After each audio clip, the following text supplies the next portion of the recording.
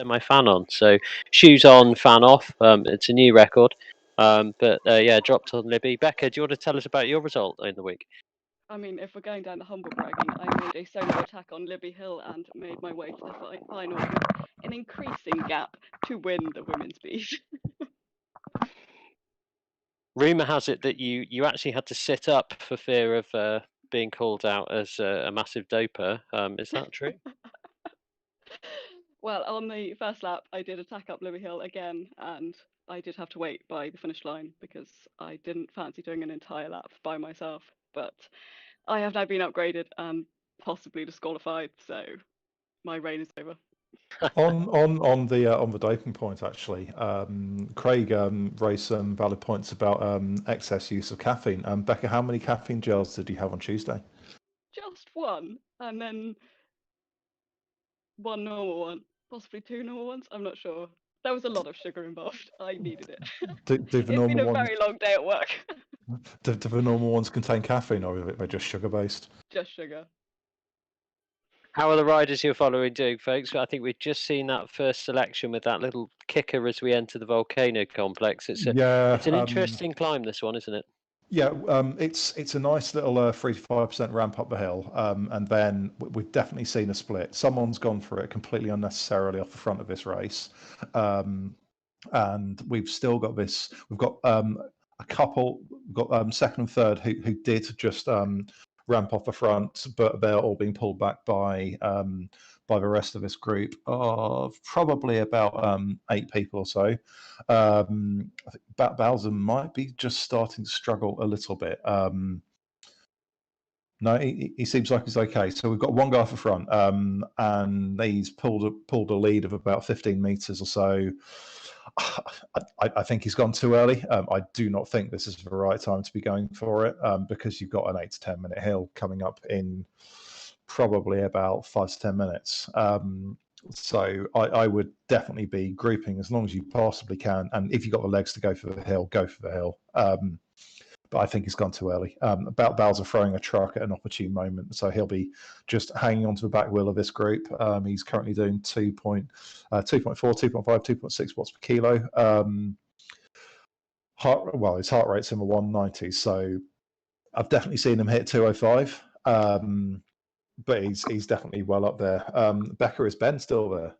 He is just. He was right on the back of the strung out peloton, but he's just rejoined the group and he had to put out a good 3.5, 3.6 for the last 3 minutes to get himself back into the pack.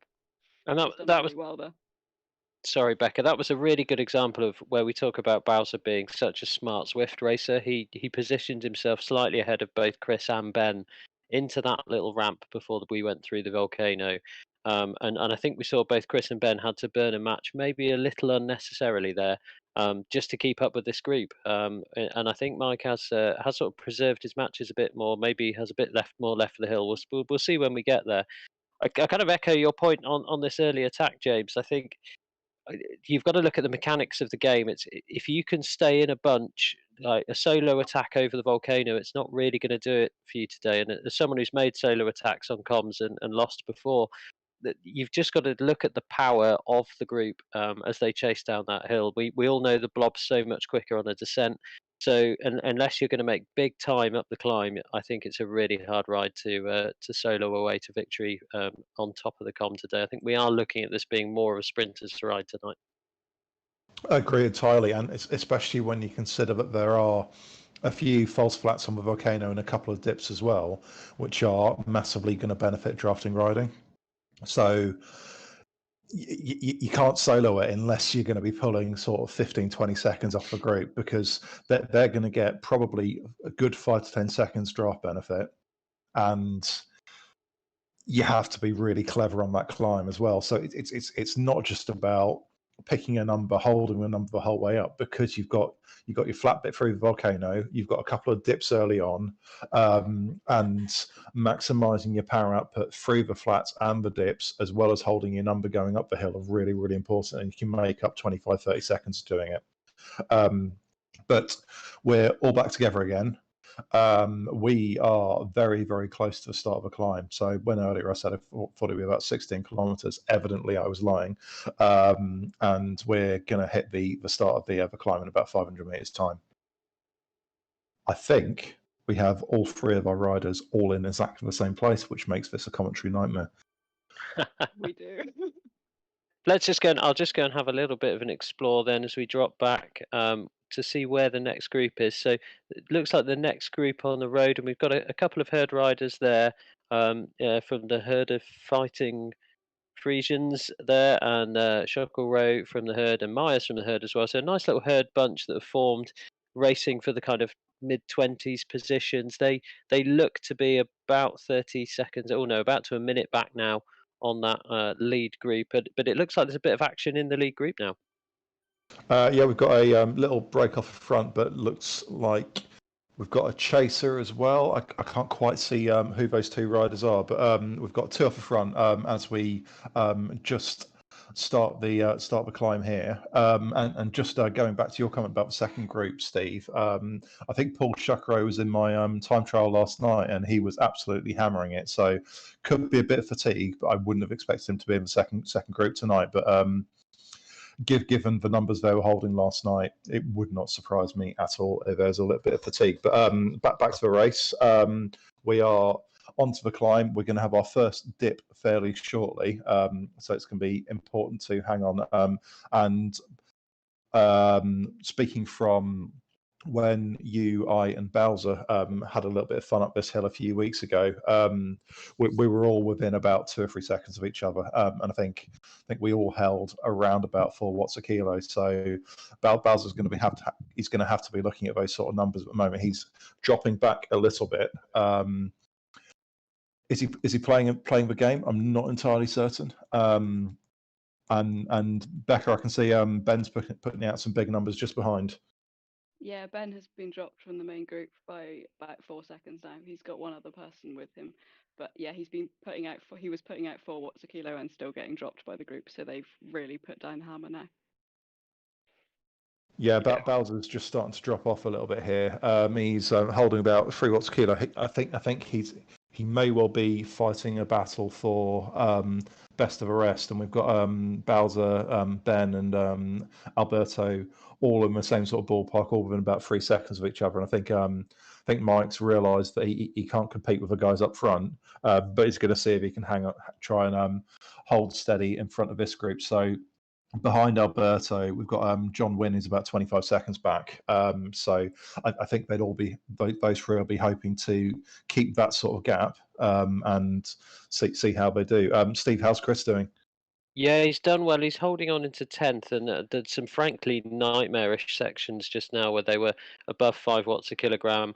They've just hit that little dip, and actually all of the riders took advantage of that, with the wattages dropping quite down quite a bit there. But now we're seeing them hit the high fours again, and we're into a flatter section. It's a bit of cat and mouse now. I think there's been a bit of an effort early on in the climb, and that's sorted them out. And they're all sort of virtually looking at each other now to see who's got the fresh legs and who's going to make the next attack. I was reading on the Facebook group recently that there's some rumours that the pink Tron actually gives you more watts than any other Trons.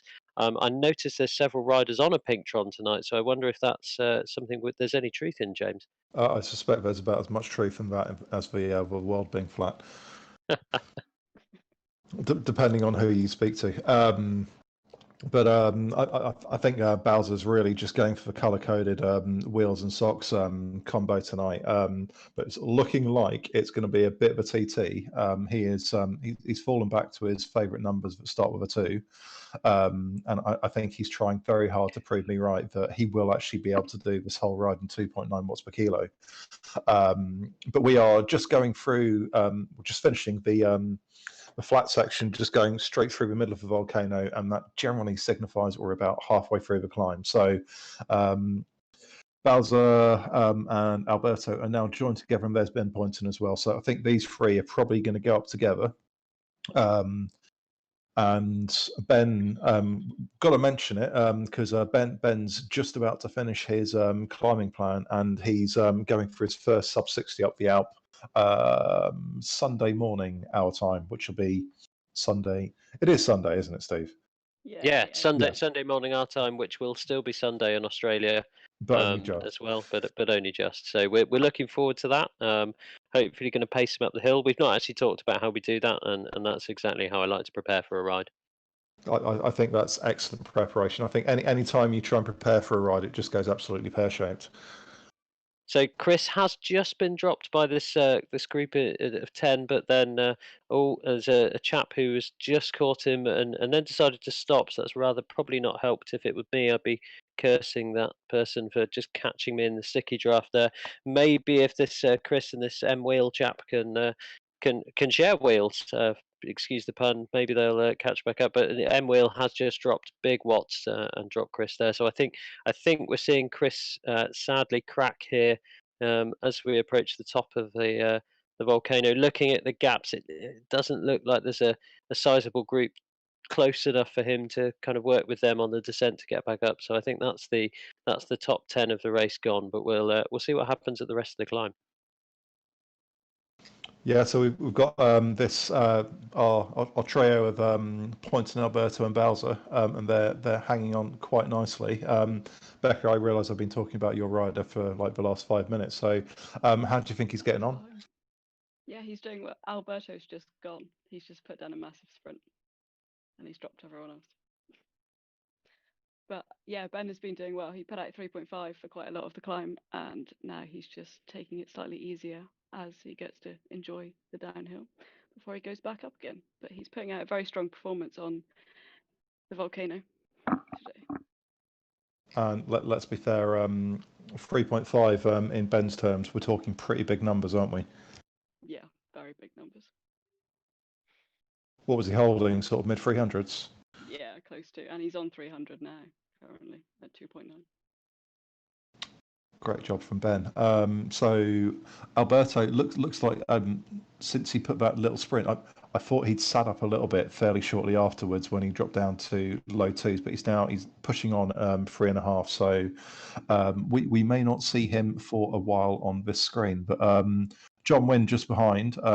He's looks like he's having a decent climb as well, and Paul Chacareau is putting out big numbers as well. So he's holding on about 4 watts a kilo.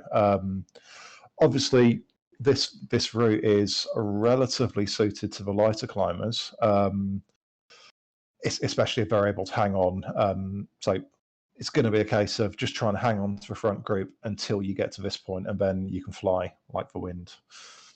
Becca, is that your tactic tomorrow? That will be my exact tactic tomorrow. It's just whether using up too much energy to hang on to the front group will leave me with no legs left for the climb. So we will have to see. What will you be doing?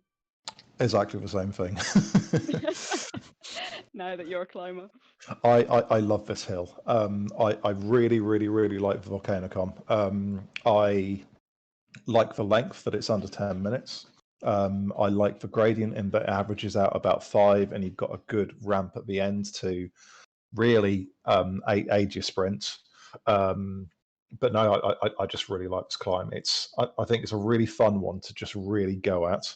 And we're starting to see some of the times coming through, and we've got the quickest time at 6 minutes Oh, 38 and a ouch. half seconds, and that is a full 23 and a half seconds faster than the next best time at 7:02. And let's be fair, if you can do this in under 8 minutes, you are going very, very, very fast. But Bowser is just hitting that final ramp before the banner. He's pushing out decent numbers, looking at 6 watts a kilo, just trying to hang on to this group. They have caught back to Alberto. There are no primes here, which is a fairly novel experience for us. But we are just about to go through the banner in 5, 4, 3, 2, 1, and through. I'll have a quick, very, very quick flat loop at the top before we hit the descent. Steve, how's Chris doing? Yeah, he's done well, and talking of his time, so he was a 7:48 up there. He's just linked up with another herd rider on the descent, and yeah, I wonder if they can. This is one of those moments in Swift where it would be great to have a kind of quick chat with the rider and discuss what your tactics were. There's a chance of them working together and maybe challenging for that top 10 if some other riders drop off. kind of in that flatter run-in. But you need to get the work going straight away. You need to have sorted out that kind of entente cordiale very quickly, and it's quite hard to do typing that into Messenger and mashing a keyboard with a sweaty hand after having just done an 8-minute climb. It's interesting what you say around times, James. I always feel like the sub-hour Alp climb, the sub 90-minute Von Top, and the sub 8-minute Volcano Com. That's marking you out as some pretty serious times on the climb. But to see a 6:38, that's frankly disgusting, isn't it? It really is.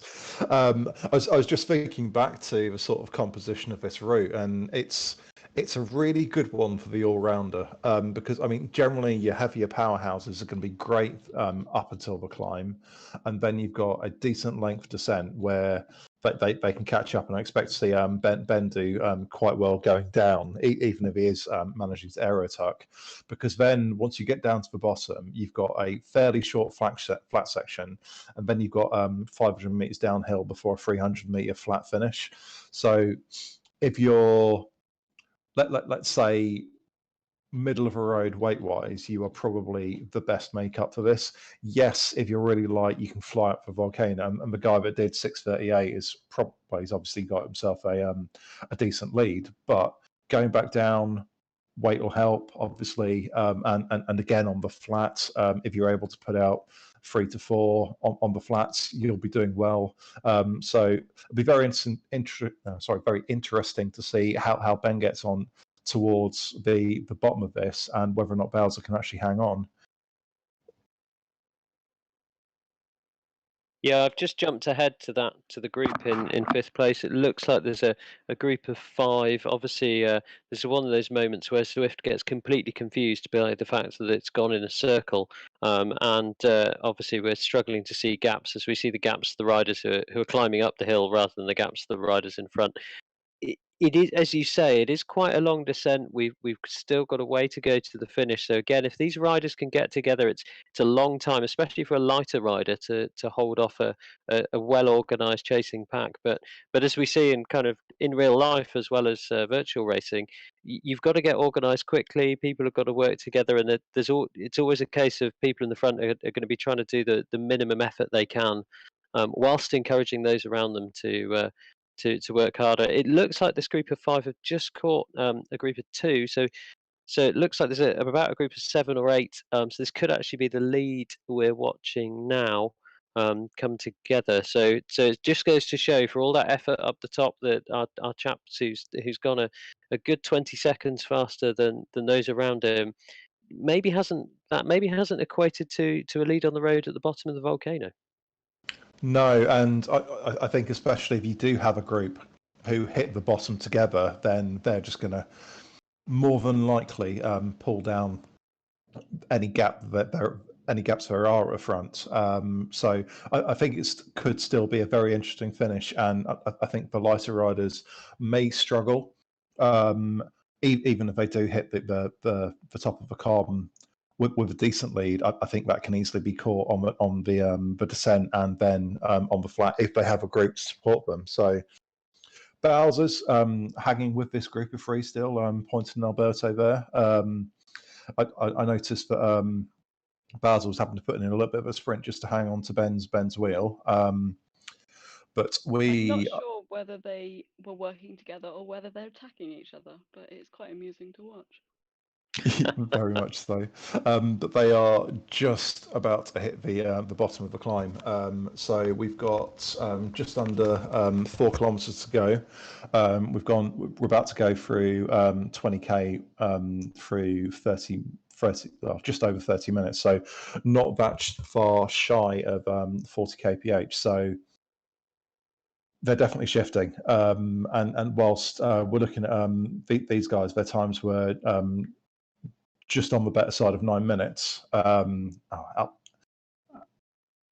Ben's gone for a bit of a push again. So he's clearly got bored of hanging around these 2 guys. So Ben I is think putting down very big watts to try and drop them 700, 800, 900. I've been seeing.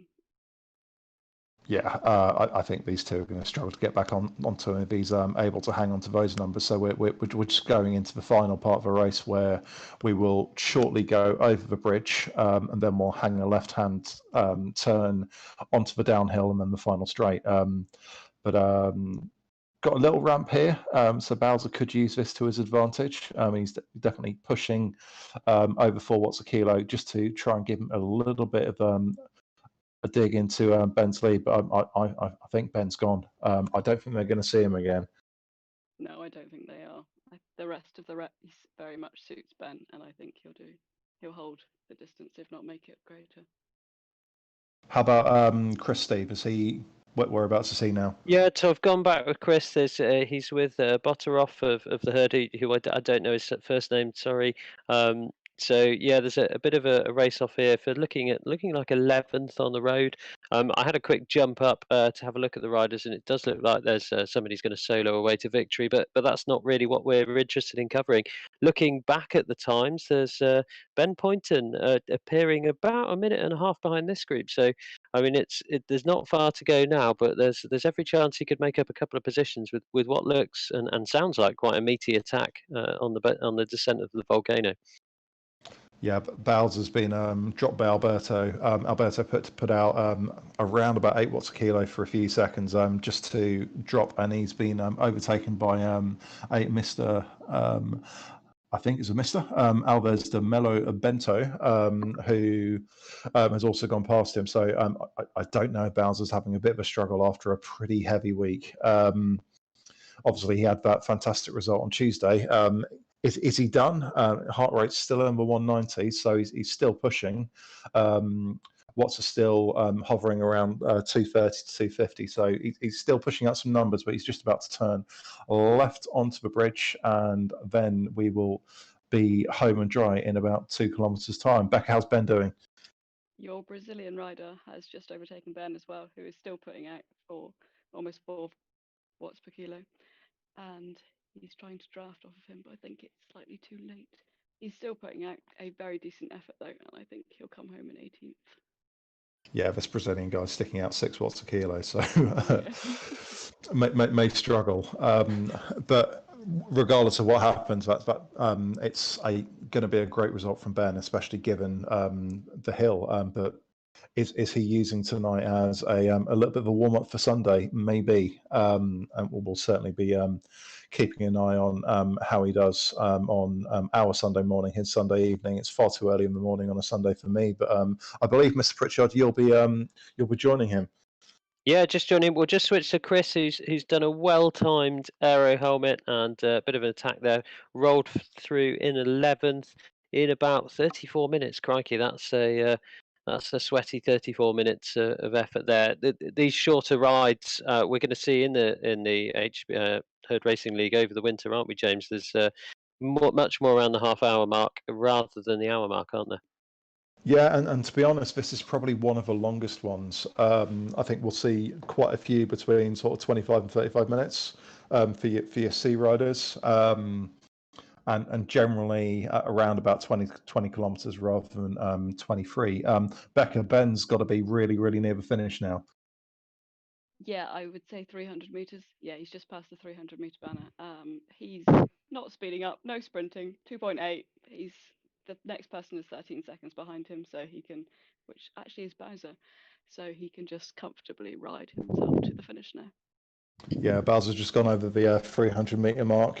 He's back with his dear friend, Mr. Alberto, and we're at 200 meters. Is Alberto going to go for it? He has done a couple of sprints early on. Bowser is just, oh, there he goes.